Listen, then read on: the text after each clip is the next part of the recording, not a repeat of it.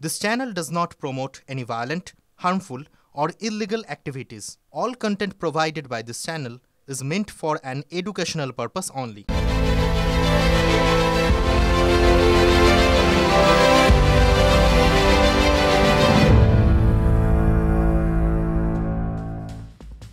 নমস্কার, ঠোঁটকাটা আপনাদের প্রত্যেককে স্বাগত জানাই। ভয় ভয় ভয় আর ভয়, স্যার নিয়ে নেতাদের কথার তাণ্ডবেই ভয় জমছে আম জনতার মনে, আশঙ্কা জমছে আম জনতার মনে। নিস্তার পাচ্ছেন না মনীষীরাও, নিস্তার পাচ্ছেন না দেশের শ্রেষ্ঠ সন্তানরাও, যারা এখন আর ইহলোকে নেই। রবীন্দ্রনাথ, নেতাজি সুভাষচন্দ্র বসু, কেউ নিস্তার পাচ্ছেন না। এসআইআর আমার নেতা, আমার নেত্রী মমতা বন্দ্যোপাধ্যায় যেটা বলেছেন, বিজেপি একটি বিপজ্জনক দল, এর থেকে বড় সারসত্য নেই। আমার নেতা অভিষেক বন্দ্যোপাধ্যায় ভারতবর্ষের ম্যাপ তুলে প্রমাণ করে দিয়েছেন বিজেপি ম্যাপ বোঝে না। মায়ানমার থেকে যদি রোহিঙ্গারা এখানে ঢোকে, আমার নেতা অভিষেক বন্দ্যোপাধ্যায় পরিষ্কার দেখিয়েছেন, তার মধ্যে ভুলে যাবেন না মায়ানমার মানে বার্মা থেকে ওই রাস্তা, কলকাতা আসার রাস্তা, পশ্চিমবঙ্গ, এই রাস্তা হচ্ছে আজাদিন ফৌজ আসার রাস্তা। সেই রাস্তাকে বিদ্রুপ করছে বিজেপি। ব্রাত্য বসু আমাদের রাজ্যের শিক্ষামন্ত্রী, তিনি ঠিক কি বোঝাতে চাইলেন এই কথাটা বলে, সেটা বলুন তো। আমরা তো বুঝতে পারিনি, আপনারা কিছু বুঝতে পেরেছেন? গানের কথায় বলি, কিছুই তো বোঝা গেল না, কিচ্ছু বোঝা গেল না। ব্রাত্যর কথার জবাবে বিজেপি কি বলবে বা বলতে পারে, সেটা বোঝার জন্য কোনো এক্সট্রা বা বিশেষ বুদ্ধির প্রয়োজনীয়তা নেই। হয়েছে এখন ব্রাত্য বসু এই ধরনের কথা বলছে নাম্বার বাড়ানোর জন্য পিসি ভাই করতেছে। যে সুভাষ বোস যে পথে এসেছিলেন, রোহিঙ্গারা সে পথে আসছে, ওটা সুভাষ বোসের পথ বলে এটা প্র্যাকটিক্যালি সুভাষ বোসকে অসম্মান করে। একমাত্র কারণ আমার মনে হয় যে মানুষকে গুলিয়ে দেবার জন্য। কিন্তু বাংলার মানুষ, আমি বলি না, হয়তো দেরিতে ডিসিশন নেন, কিন্তু ডিসিশন হয়ে গেছে। এই বেঙ্গল আমরা দেখতে চাই না, এই বাংলাকে আমরা চাই না। বাঙালিকে অসম্মান করলেন ব্রাত্য বসু, এটা কিন্তু মনে রাখতে হবে। বিজেপি নেতা সজল ঘোষের কথাটা শুনলেন মন দিয়ে? বাঙালিকে অসম্মান করেছেন ব্রাত্য বসু, মানে আমাদের রাজ্যের শিক্ষামন্ত্রী। আচ্ছা, অসমের মুখ্যমন্ত্রী হিমন্ত বিশ্ব শর্মা, তিনি কি বিজেপিকে পথে বসিয়ে ছাড়লেন?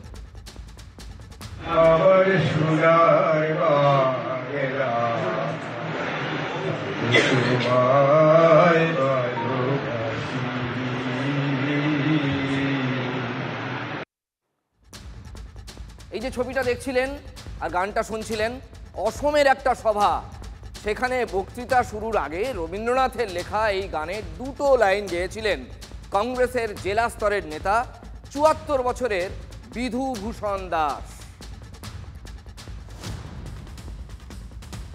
I have instructed Assam Police to register a case against the District Congress Committee of Sribhumi District and to take action as per the law. মাথায় ঢুকছে না, কিচ্ছু মাথায় ঢুকছে না আমাদের। রবীন্দ্রনাথের লেখা আমার সোনার বাংলা গানটা গাওয়া কি অপরাধ? শুধু অপরাধ নয়, দেশদ্রোহিতা। অসমের মুখ্যমন্ত্রী তো পুলিশকে সেই নির্দেশই দিয়েছেন, কারণ গানটি বাংলাদেশের জাতীয় সঙ্গীত। এসব চললে রবীন্দ্রনাথ, নেতাজি, তারা যেখানেই থাকুন, তারা যদি এগুলো দেখতে শুনতে পান, তাহলে তাদেরও তো ভয় পাওয়ারই কথা। এখনকার রাজনৈতিক নেতারা মনীষীদের টানতে টানতে যে কঞ্চুলোয় নিয়ে যাবেন কে জানে। এই যেমন ধরুন ৪ নভেম্বর রাজ্যে এসআইআর শুরুর দিনই প্রতিবাদ মিছিলে নামছেন মমতা বন্দ্যোপাধ্যায়, রাজ্যের মুখ্যমন্ত্রী, যার সরকার এসআইআর হতে দিচ্ছে। মুখ্যমন্ত্রী নিজেই নামছেন, দল বিরোধিতায় নামছে, সেখানেও মনীষীদের নিয়ে টানাটানি। মিছিল যাবে রেড রোডে, বি.আর. আম্বেদকরের মূর্তি থেকে শুরু হবে এই মিছিল, গিয়ে শেষ হবে জোড়াসাঁকো ঠাকুর বাড়িতে।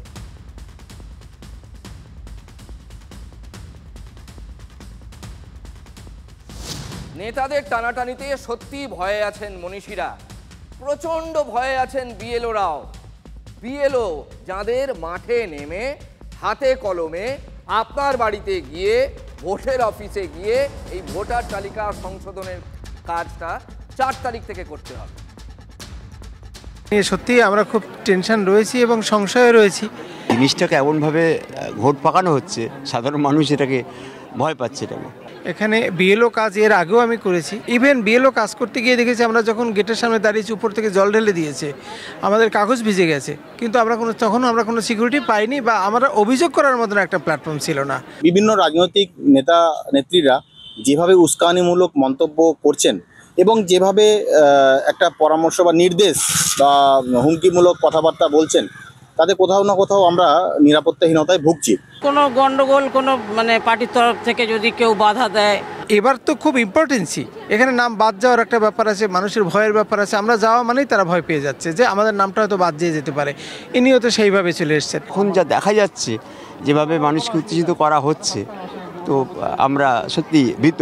নিরাপত্তা যদি দেয় খুব ভালো হয়, তাতে আমাদের কাজ করতেও সুবিধা হয়। একটা প্রশ্ন তো থাকেই আমাদের, আমরা যে হাউস টু হাউস ভিজিট করছি সেখানে আমাদের কিভাবে আমাদের সিকিউরিটি জন্য কি আছে সেটা নিয়ে তো অবশ্যই আমরা একটা চিন্তার মধ্যে রয়েছি। ভোটের সময় যেরকম সিকিউরিটি থাকে অল্প বিস্তর হলেও, এখানে তো সেটা থাকবে না। আমরা তো পায়ে হেঁটে লোকের বাড়ি যাচ্ছি এবং ঘরে ঢুকতে হচ্ছে, তাহলে সেখানে আমরা কি করে সিকিউর বলবো? এক্স্যাক্টলি, আমরা সবাই সেই সিকিউরিটি না জানলে আমরা কাজটা করবো কি করে? সাঁড়াশি চাপে পড়েছেন বিএলওরা। একদিকে মুখ্যমন্ত্রী, অন্যদিকে রাজ্যের বিরোধী দলনেতা, দুজনই ঠারে ঠোরে বিএলওদের সমঝে চলতে বলেছেন।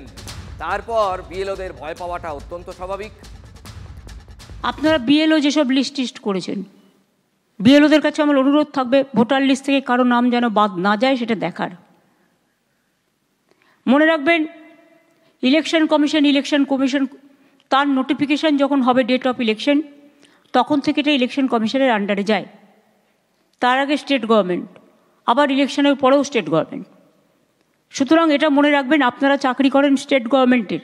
52 জন বিএলও বিহারের জেলে আছে, এটা মাথায় রেখে তৃণমূলের কথা শুনবেন। বিরোধী দলনেতা শুভেন্দু অধিকারী, তিনি বিএলও এবং এই নির্বাচন কমিশনের প্রসেসে যারা জড়িত, তো হুমকি দিচ্ছেন।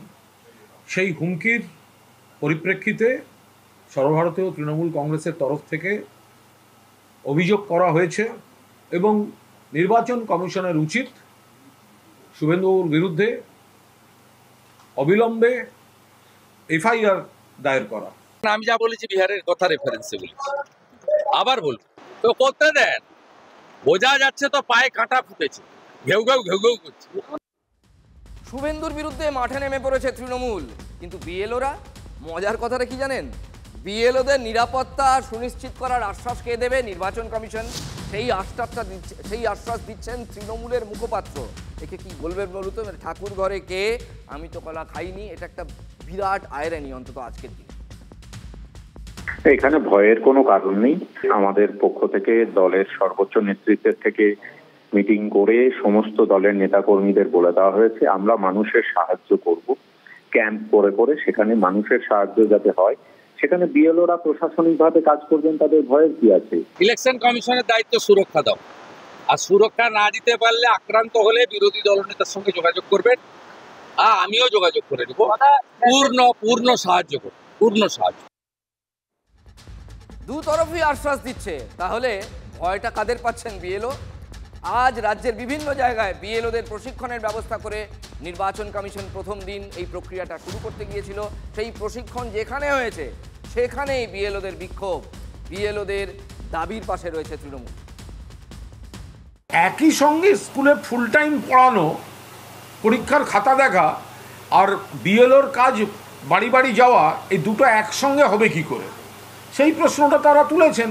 যখন আজকে বিএলও প্রশিক্ষণে আসা যারা এসেছেন, যারা মূলত শিক্ষক শিক্ষিকা, তারা যখন প্রশ্ন তুললেন যে তারা কি করবেন, তাদেরকে অন ডিউটি কেন দেখানো হবে না, তারপরই যে নজরুল মঞ্চে যে প্রশিক্ষণ চলছিল সেটা সম্পূর্ণ ভেসে যায়। তারা রীতিমতো এই স্টেজে দাঁড়িয়ে থাকা যিনি ছিলেন নির্বাচন কমিশনে, তার কাছে প্রশ্ন ছুড়ে দেন। বিহারে যখন এসআইআর হয়েছে তখন প্রত্যেকটা বিএলওকে বা যারা এই নির্বাচন কমিশনের কাছে যুক্ত ছিল তাদেরকে কিন্তু ডেপুটেশনে তুলে নেওয়া হয়েছিল।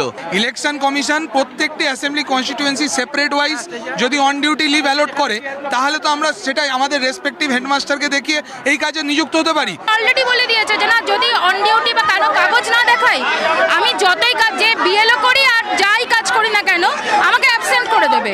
এবার আমাদের সিএল শেষ, মেডিকেল যদি এভাবে শেষ করে, আমরা এইসব কাজ কেন মেডিকেল চ্যানেল নিয়ে করব বলুন তো? নির্বাচন কমিশন থেকে জিও না বেরোলে আমরা অন ডিউটি পাবো না স্কুল থেকে। স্কুল অথরিটি দায়িত্ব নিচ্ছে না, দায়িত্ব নিচ্ছে না। আমরা যদি কোনো রকম অর্ডার কপি না দেখাতে পারি, কোনো স্কুলের অথরিটি আমাকে অন ডিউটি দেবে না।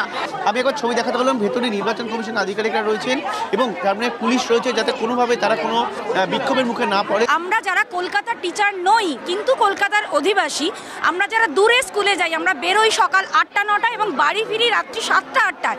আমরা যাব কখন ইলেক্টরদের বাড়ি? আমার আন্ডারে 1234 ভোটার, আমাকে স্কুল করতে হবে, আমার স্কুলের কাজটাও ম্যান্ডেটারি। আলটিমেটলি আমাকে কিন্তু স্কুলে গিয়েই চাকরিটাও করতে হবে। ইন দ্যাট কেস আমাকে ওইটাও পারফর্ম করতে হচ্ছে। সকালবেলা আমাকে ওখানে পুরো 4:30 অবধি স্কুল করে এসে আমার 1234 ভোটারের পুরো ম্যাপিং, তাদের বাড়ি ডিস্ট্রিবিউশন, তাদের বাড়িতে 3বার করে যাওয়া, খুঁজে না পেলে তার বাড়ি 3বার করে যাওয়া। How can it be possible for a human being? আমরা স্কুল করব, ছাত্রদের দেখব, পরীক্ষা সামলাবো, নাকি এই কাজটা করব? 12 ঘন্টা সময় লাগবে মানে এক দিন আমাদের কাজ করতে, তাহলে আমরা কি করবো? আমরা হয় স্কুলে থাকবো, না এখানে থাকবো। যখনই আমাদের মধ্যে প্রশ্নটা উঠে আসলে অন ডিউটি, ওনারা কিন্তু উত্তর দিতে পারলেন না।